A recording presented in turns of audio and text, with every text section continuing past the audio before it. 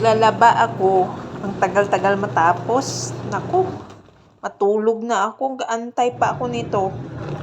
Tagal matapos. Kanina pa 15 minutes nilagay ko dito sa 15. Tapos inantay ko, ang tagal naman matapos. So, pagkatapos yan,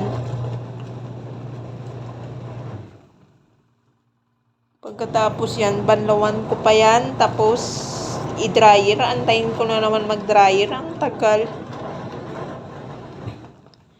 Kayo ba, kung maglaba kayo, gabula din ba? Gabula. Naggabula din siya. Tagal.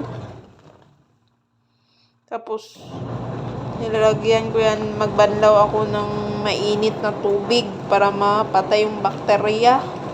May bakterya din yung damit. Ayun, may bakterya din dyan. Namatay na yan sa sabon eh.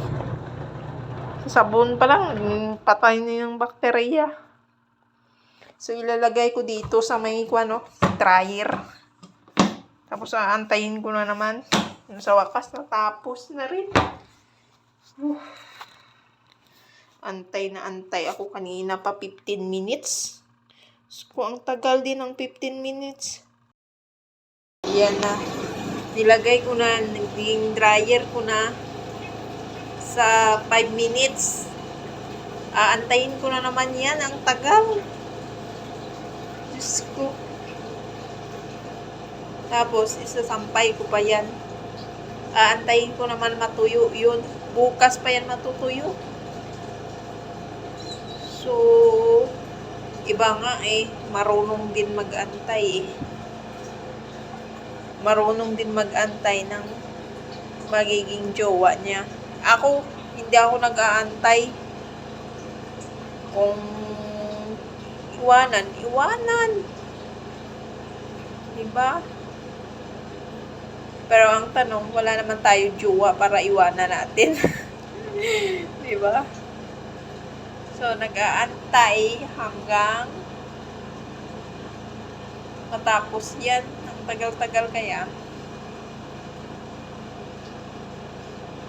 Tagal din matapos. Tapos isasampay ko pa.